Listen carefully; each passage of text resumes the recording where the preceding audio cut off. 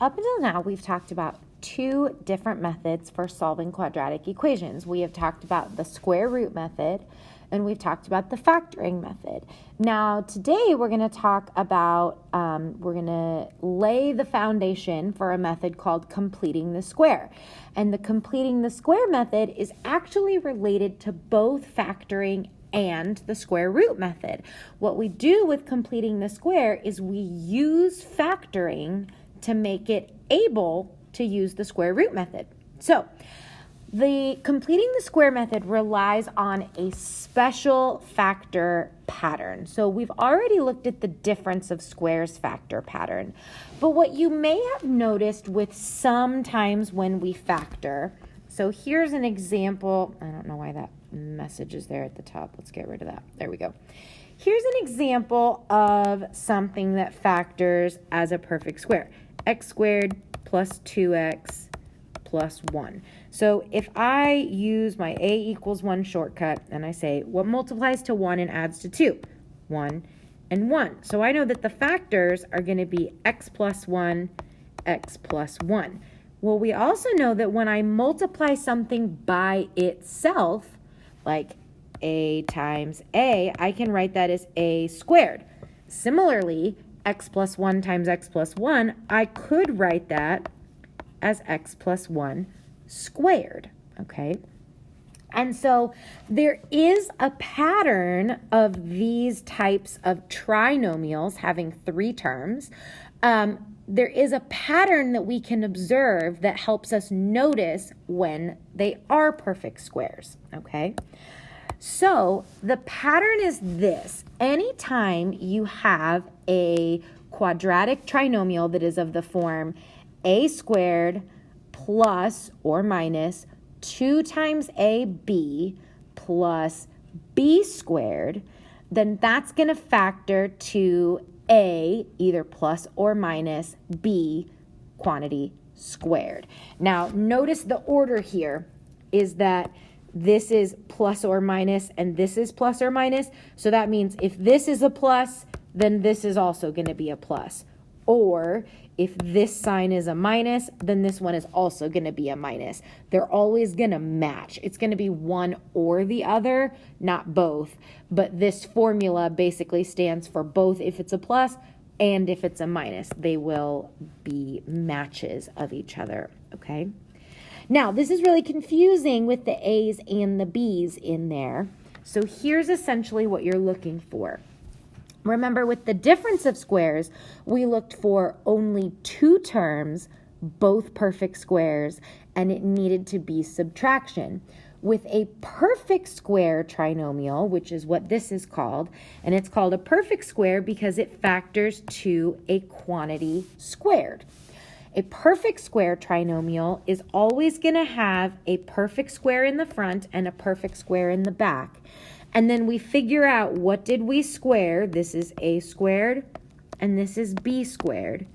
We multiply those two numbers, a times b, and then we double it. And if that matches the middle term, whether it's positive or negative, doesn't matter. If it matches the middle term, that's how I know that it is a perfect square. So that's how we can check it. So if I look at number 1, it's only going to be a perfect square, trinomial if it has 3 terms. That's what a trinomial means. So the first thing, if I look at number 1, I do see 3 terms. So the first thing we check is the first term and the last term. So x squared, yep, that's a perfect square. We squared x. 9, that is a perfect square because we squared 3. So then I'm going to take these two things and say, what is 2 times x times 3? You're always going to multiply by 2. 2 times x times 3 would be 6x, and that does match the middle. It doesn't matter that it's a negative. That'll just tell us what to do with our formula. So since that all matches, this is a perfect square trinomial. The way that it will factor, this is our A, this is our B, and the sign we're going to use is going to match this one. So the factored form will be x minus 3 squared. okay?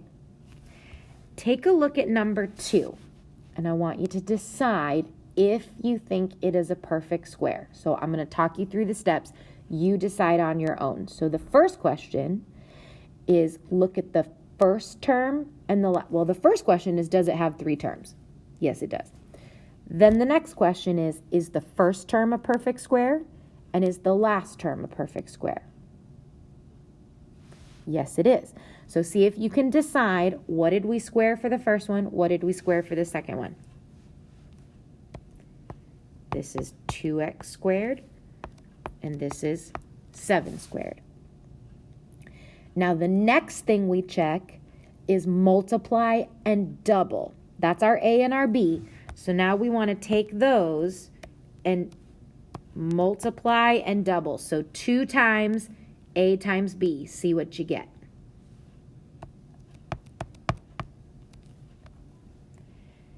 Two times 2 is 4. 4 times 7 is 28. So we get 28x. Does that match the middle term? It sure does. So that tells us, again, yes, this is a perfect square trinomial. So now I want you to see if you can write the factor. A and B are the 2 things that we squared, and the sign is always going to match the first one. So you're going to write it as something squared. See if you can figure out what's going to go in there. 2x plus 7. That's what we should get. Okay, let's look at a couple that are meant to kind of trick you. So number 3, we want to be careful with this one. The answer is no. And the answer is right away no, because it doesn't have 3 terms. It can't be a perfect square trinomial if it only has 2 terms. It's meant to be a trick because this is a perfect square and this is a perfect square, but this is not a trinomial,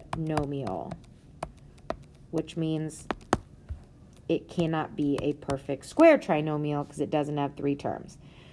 So that is no. Number 4 is also meant to be a trick, but let's go down our list.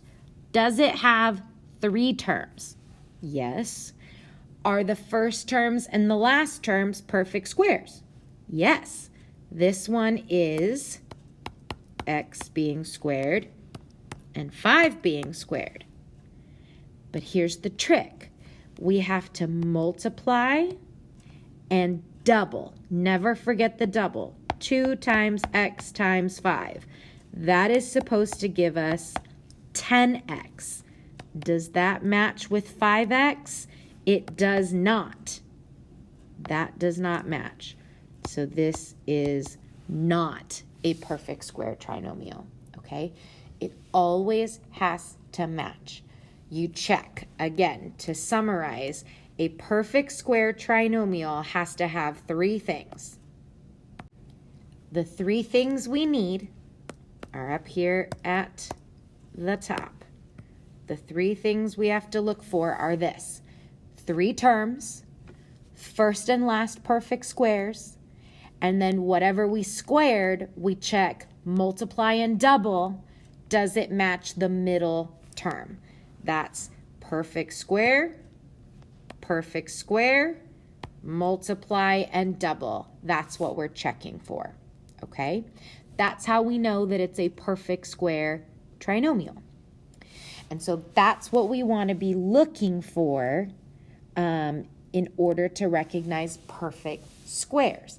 And so when we know that we have a perfect square, then our answers are going to look like a quantity squared. And when we have a quantity squared, that means that we're able to use the square root method, which we really like, okay? So this is the start to using the completing the square method. So this is just the introduction. And then next time I see you, we will start working on how to actually create these perfect squares when we don't already have them.